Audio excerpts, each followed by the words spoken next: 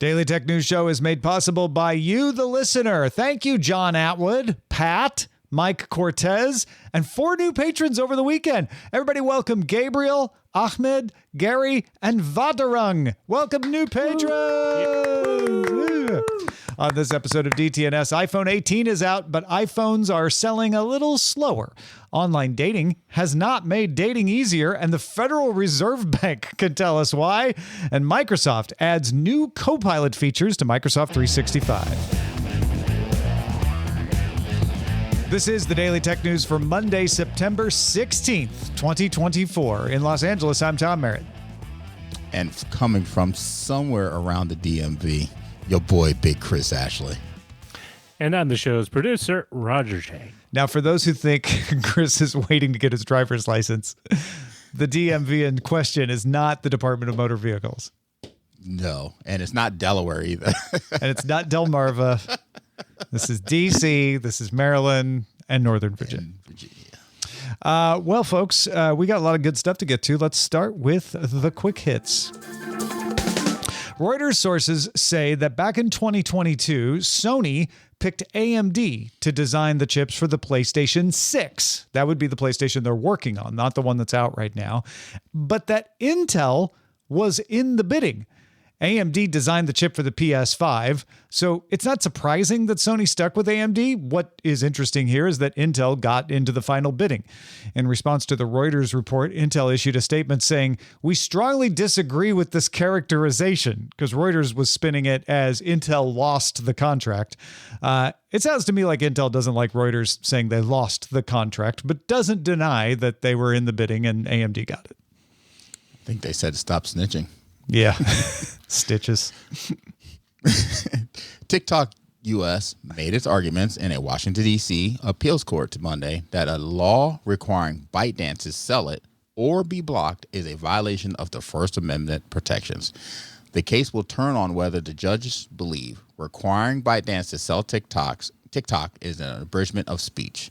Courts in the U.S. generally defer to the executive branch on matters of national security. Yeah, the judges were pretty strict on this one. Their questions indicated they wanted ByteDance to demonstrate, like, what's wrong with this law? Seems like the law was written well. That doesn't always mean they're going to rule against you.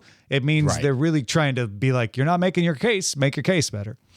Brain-computer interface maker Synchron announced its system allowed a 64-year-old man with ALS to control Amazon's virtual assistant with his thoughts. Didn't have to make any motions, didn't have to speak. He also could use it to control a cell phone, a tablet, and a computer. The integration with the voice assistant lets him do things like turn off lights, turn on the TV, control his doorbell camera, and more. Synchron also connected its system with ChatGPT and with an Apple Vision Pro. Synchron's BCI is a mesh of electrodes that, this is going to sound a little graphic, but they get it into your motor cortex by going up through the jugular vein, which sounds horrible, doesn't it? But it means they don't have to open your skull. So it's actually less invasive than like cracking open your skull and putting it in directly. Synchron is testing its device in 6 people in the U.S., 4 people in Australia in early stage studies, but are preparing for a larger trial. Yeah, I always love cool stuff like that, man. Okay, Norway's Road Information Council said that more than 94% of new cars registered in the country last month were EVs. Norwegians pay higher taxes for non-EV cars, and EV drivers often pay lower parking fees and can use bus lanes. The most popular EV in Norway last month was the Tesla Model Y at 19%, followed by the Volvo EX30 and the Czech EV Skoda Enyaq in third. Just a quick note that the AirPod 4 reviews are out as the NDA lifts, and the reviewers have weighed in on how well open air active noise cancellation works in the new AirPods 4. Turns out it looks like they work pretty well. Chris Welch at The Verge says it works surprisingly well. He described it as less dramatic when the audio is not playing. When you turn off the AirPod, or when you turn it on with the AirPods Pro, it kind of shuts out the world. It doesn't do that with the AirPods 4 because it doesn't have the seal. But he said when there was audio playing, it really did cut down low frequency noises like ferry engines, city traffic, office hums. Wall Street Journal's Nicole Nguyen agreed, saying that if they stay in your ears, They masked Office Buzz and Train Rattle. Dwayne and CNET's David Carnoy both noted the battery life seems shorter than the AirPods 3, but the active noise cancellation works. That was a question I had too. Right. I'm not a fan of those earbuds at all. But well, here's a roundup of several Apple stories on launch day of iOS 18. We're also getting the new operating system for iPad, Watch, and Mac. Analyst Ming-Chi Kuo combined supply chain data with Apple's ship date estimates on its website to estimate that orders of the iPhone 16 are down 12.7% from the iPhone 15 series launch last year. Now, interestingly, the base models are up. People are ordering more iPhone 16 and 16 Plus.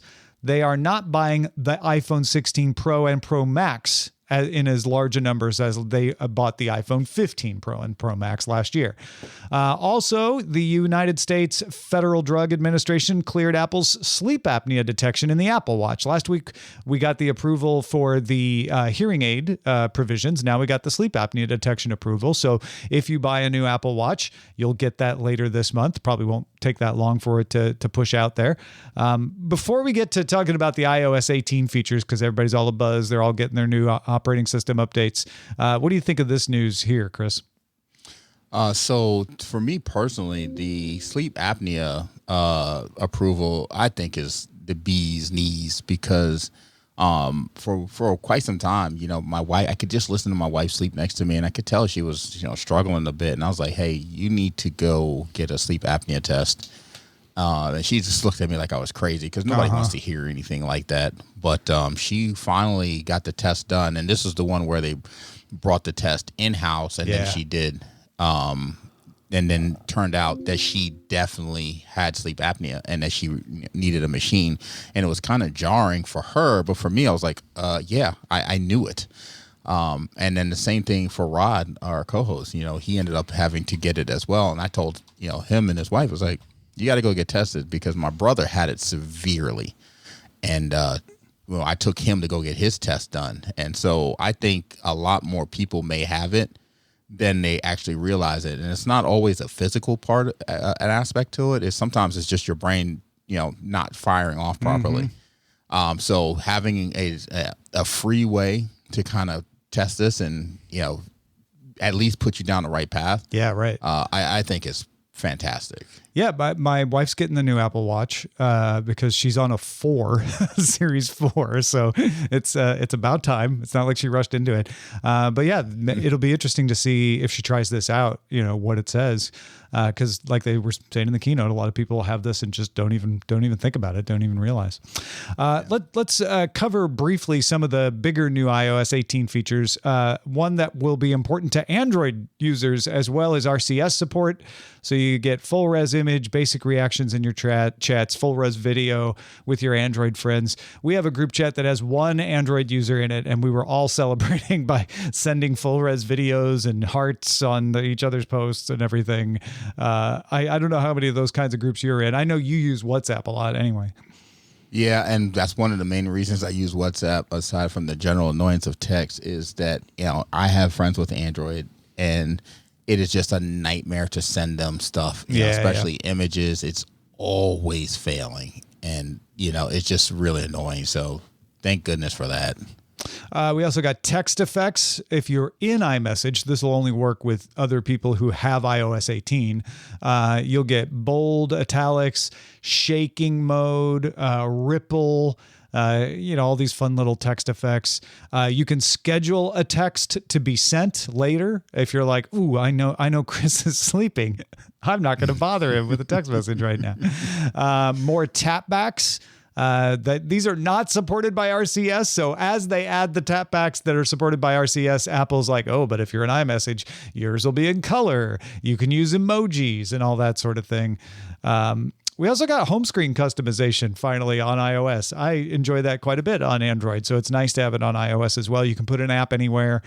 You can change the apps to light, dark, or tinted. Tinted is going to choose a color based on your background, but you can customize that color. You can tell it with a slider, or you can use the eyedropper on your background. You can also make apps larger. It gets rid of the label basically and just fills in the rest of the space. Control Center now has 4 pages. You can customize those, move things around on them. You can even get rid of pages. Chris, do you ever have the thing where your flashlight goes on in your iPhone by mistake? Yeah. Yes, you can just pull that off of the lock screen now. You can change both the camera and the flashlight icons on the lock screen to whatever you want. You can put whatever you want. It's funny. I was on the truck and the customer was like, "Hey, your flashlight's on." I was like, "Of course it is." Of course it is. Yep. Yeah, I've had my niece tell me that before too. Like, Tito, your flashlight is on. Calculator conversion tool for currencies and temps. You can protect individual apps with Face ID, like your banking app. You can say, always require Face ID to open this app. And just a little extra security in case somebody else is messing around with your phone. And of course, if you have upgraded your Mac to Sequoia, you can control your iPhone from Sequoia. Nice. Yeah. That is all out now in iOS 18. Of course, lots of other features in iOS 18, lots of features in iPad and Apple TV and the watch and all of that, but figured we'd give you the highlights there. Let's talk about this dating story I mentioned earlier. The Federal Reserve Bank of St. Louis, former employer of my sister, analyzed data from 1960 to 2021 and found that dating apps do not make it easier to find a partner. You know, the idea with like Tumblr, or not Tumblr, I guess you could get dating on Tumblr, but what am I thinking of? This is the worst conversation for Chris and I to have because neither one of us. Right. Okay, Cupid. Yeah, there we go. The idea with them is like, it'll be easier to find a mate because you've got so many more options, right? You're not limited to whoever you see at the bar or happen to run across in the grocery store or whatever. However, what this data shows is that it doesn't make it easier because now you have too many options and you have too much information. And so there's now a bit of choice paralysis where you're like, okay, I've got all these choices, but it's not making the choice easier. It's making the choice harder because there's too many of them. And that outweighs the benefits of having an increased number of potential partners to choose from.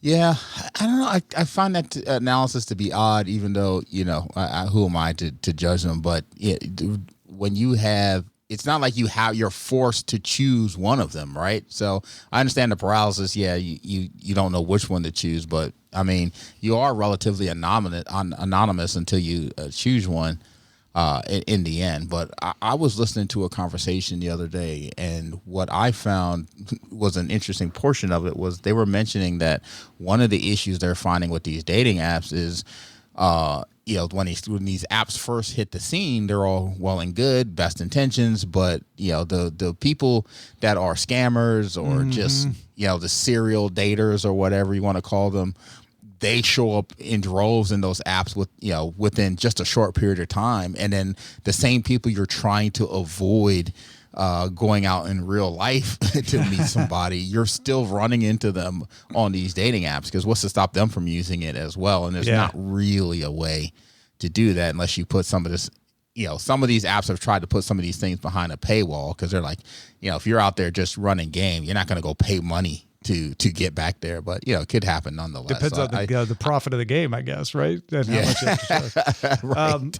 But I sort of get it because, let's say you're going to try to meet somebody at your church, right? And so you're pretty sure you've cut down on some of the risk of like going to a bar or something, but it's still like, okay, maybe there's 5 single people to choose from. And you go through all 5 and you're like, none of those worked. Okay, now what do I do? The online dating app seems better, right? Because you can meet a whole bunch of other people.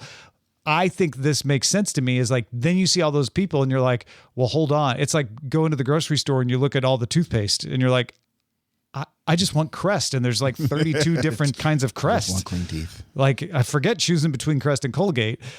So it causes an overwhelming amount of information. And I think what you were saying, Chris, plays into that too, right? The idea of like, I don't even know if I can trust these people.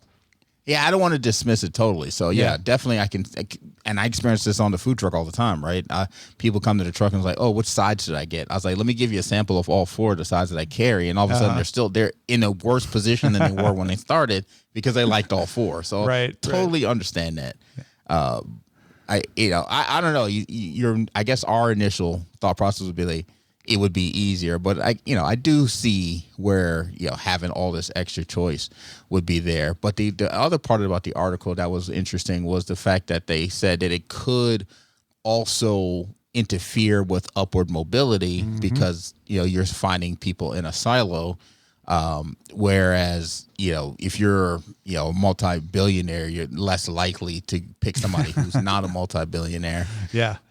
I mean, I guess if you're a multi-billionaire, you're probably not even on these apps, but right. But yeah, even, you're making 6 figures, you're more likely, because you have more information, to be like, well, I'm going to narrow it down to just people with 6 figures of income. And so that Bloomberg noted that the data indicates that online dating has led to a 3% increase in income inequality because it encourages people to stay in their income brackets, basically. Wow. Yeah. But it also would be silly to not realize that that's already happening, in the real world today, right? It's just like you mentioned, if you go to a church, you've already siloed out. A bunch that's of right, in different ways. But there, in real life, there's more of a chance that a rich person and a working class person fall in love while choosing watermelons or eggplants, or maybe not eggplants. That's going to bring up all kinds of other things, but corn. How about corn? Something in the grocery store. Save me, Chris. Are you saying somebody's not coming to take me shopping? But you know what I mean? Like a limo? Like you could have the meet cute in real life. You're less like you can just filter them out on these apps, and then you don't ever meet those people. Well, folks, if you have feedback about anything that gets brought up on the show, get in touch with DTNS's audience on our social networks at DTNS Show on X, all once known as Twitter. We are at DTNS Show at mstdn.social on Mastodon. We're at Daily Tech News Show on TikTok and at DTNS Pix, DTNS PIX on Instagram and on Threads. All right, let's get to the meat of the show. Microsoft announced Copilot Pages, a new type of document you can create from Microsoft's business chat tool, aka BizChat. Pages uses Copilot to pull responses into a collaborative document from chat. And you can also not just pull in messages from each other and from the chatbot, but also information from the web and work files. Copilot Pages can be shared with a link, just like a Word document, to be collaborative. Rolling out to Microsoft 365 Copilot subscribers now and free to Microsoft Entra subscribers by the end of the month. Chris, it seems like this one caught your eye. Explain to folks who don't know why this is compelling, why you think this is a pretty cool thing for business. Yeah, so I thought this was super interesting. And the reason why is one of the things a lot of businesses have been trying to get to is the reduction of where communication happens. So, and it's really why you saw apps like Teams come up. And what's the other one, the first one that came out? Before Teams. Yeah. It's the Slack. other company. Slack, exactly, because they were trying to eliminate email, right? Because today the workflow, or currently the workflow is you want to have a conversation, it's back and forth in emails, then you add all these people, but then you don't remember which emails had what. And so when you're trying to get these collaboration going, you got a new project coming, it's really hard to kind of find all the data. But what they've done here is they've created a launching point for things like that with this Pages. And so you can research an idea, take the results of that research, insert it in this page, and then you invite people to collaborate on the page that already has the research items. And then you can assign additional research to other members that you invited, and now all that can sit on the page. All the communication is kept within the same area, so it's not like you have to go search all these different locations for what parts of the research project you're on. And then what I found super interesting is the fact that you say, okay, you ask Copilot to launch a new project, because now you have your preliminary findings, and it can literally go find a previous project, use it as the outline for the new project, and start the new project with all the deliverables, and you just start assigning people to deliverables. I just thought that was a really brilliant display of how, to use AI and automation in stuff that a lot of people do every day. I was tempted to compare this to Google Wave at first. In that sort of like collaborative chat kind of thing. But the big difference is that, and they showed this was one of the demos, was, you're working on let's say a marketing, I think it was a marketing document for EVs in a city. Yep. And you could just ask Copilot, like, how many EVs exist in LA? And it would go find the information, take it, and then put it into your page for you. Right. Like, you didn't even have to ask it to do that. It knew, like, oh, I know why you're asking. Let me pop that in there, and then it made a new bullet point for you. Yeah, and then the next step is where you could switch the point of information where the data is coming from to start pulling data from your internal resources. Yeah, so your customer list and whatever research and information you have on that helps you manage your customers, and then start tying all of that stuff together. I thought that was really, really good. And then so you start, anybody with a product manager kind of hat on says, okay, well, that data is only good as the data that's coming into it. But, later on, we'll talk about how they made it so that you can add, make sure that data is coming in nice and fresh. Yeah. I think this is a lot better example. We're starting to see more and more of these kind of practical examples of like, it might hallucinate when you just ask it open questions as a chatbot. Even Copilot does that. But if you're constrained and you're saying, hey, we're working on a project and I want you to pull from my own files, it is less likely to do that. You can also, Microsoft lets you do Copilot Agents. They announced that at Build last time, but you are now able to do it generally. Like if you're a subscriber, you can now make these agents.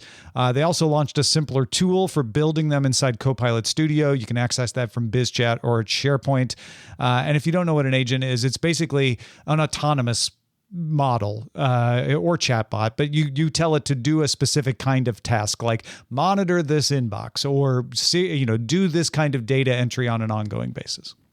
And so for folks to understand, why I think this is really cool. So think about it now. So, anybody whose heads is like, kind of glossing over, like, why does this matter to me? Yeah. Well, what this is literally doing is allowing them to remove a lot of the technical requirements for average users to consume data.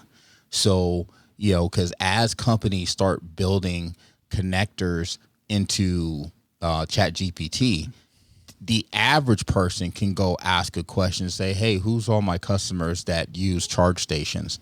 And then it can build you a response based on all the data and all the information it's pulling from. And that response is a lot richer because of where it's pulling the data from. And then you can go from there. So, I've talked to a few folks that are, software developers and work in the software industry still. And one of the things that is happening is customers are requesting vendors to what can you do with ChatGPT. And anytime you start seeing customers start requesting what you can do with something that Microsoft is putting out, you better believe that thing is about to take off. Yeah, no, that's a good point. We also got a bunch of other feature announcements. Copilot in Excel now has Python support in preview. They added Python support earlier this year to Excel, and now you can use Copilot with it. PowerPoint gets a brand manager and a narrative builder, so you can create a slide deck with company-approved templates and images. Teams can combine information from chat and voice recordings, so all from one meeting, but you can kind of integrate those together. OneDrive will let you summarize and compare up to 5 files without opening them. Word will let you refer to emails and meetings alongside data from documents. That makes it easier to bring in attachments and stuff.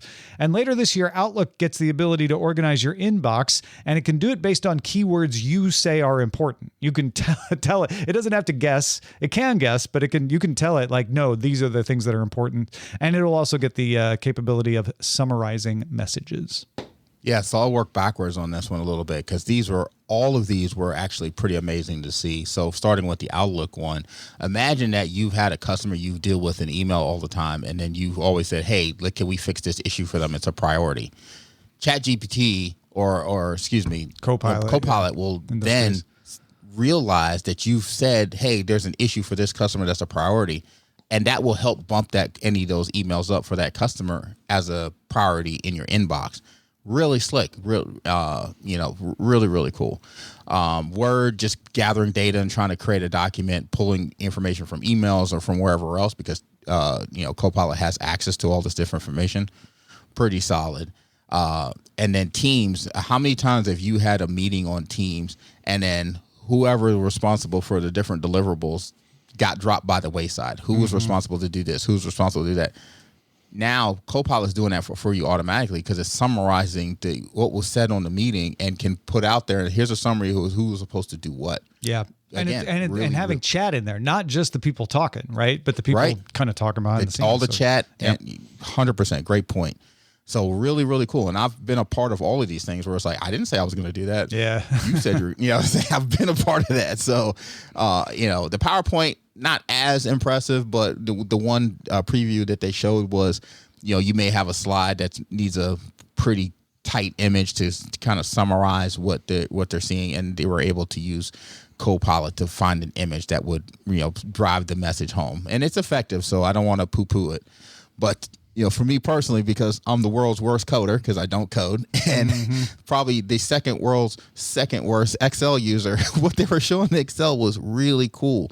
And I immediately equated to what I was doing right now. I'm not in the corporate world anymore. I run a food truck.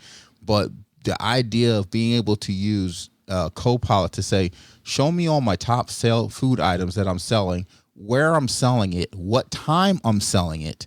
So I know, okay, on these type of jobs where I'm going in at this time of night, I probably should carry a little bit more brisket as opposed to on these type of jobs during the day. These are all things that, even though that's not what they showed in the presentation, it's immediately resonated how I could use that with me. And just thinking, what you guys do in your regular day-to-day, how if you could just have a little bit more context on what you're doing when you're, how much more efficient or how much more successful would you be if you could use automation and AI to kind of, square up that data for you? Yeah. I thought that was super cool. And then writing the code for you so you don't have to write it.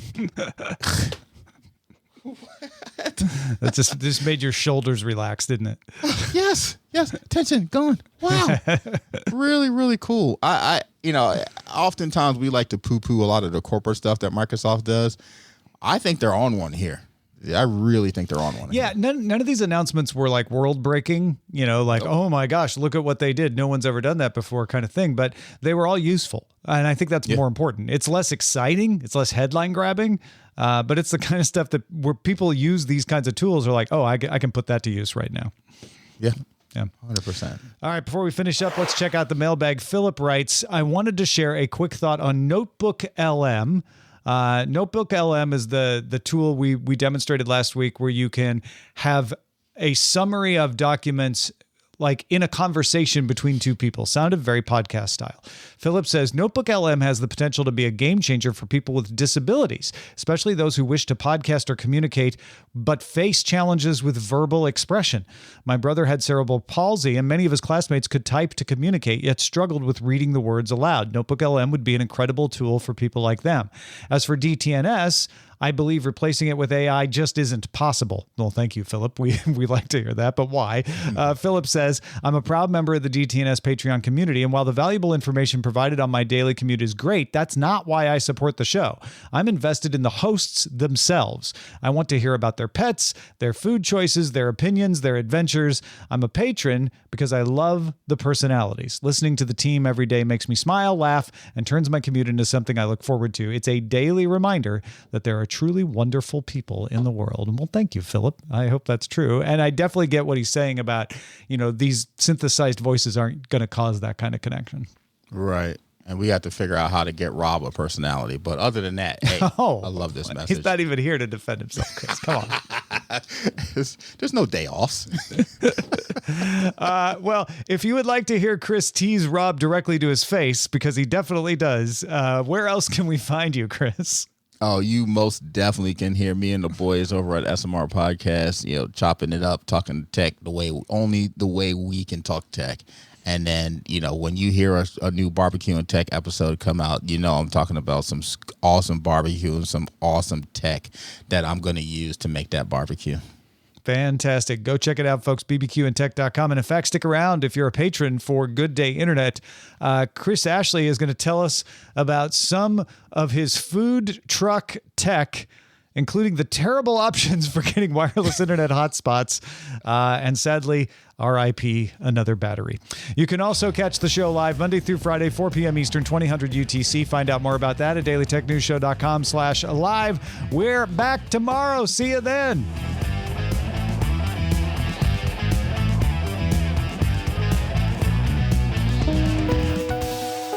The DTNS family of podcasts, helping each other understand. Diamond Club hopes you have enjoyed this program.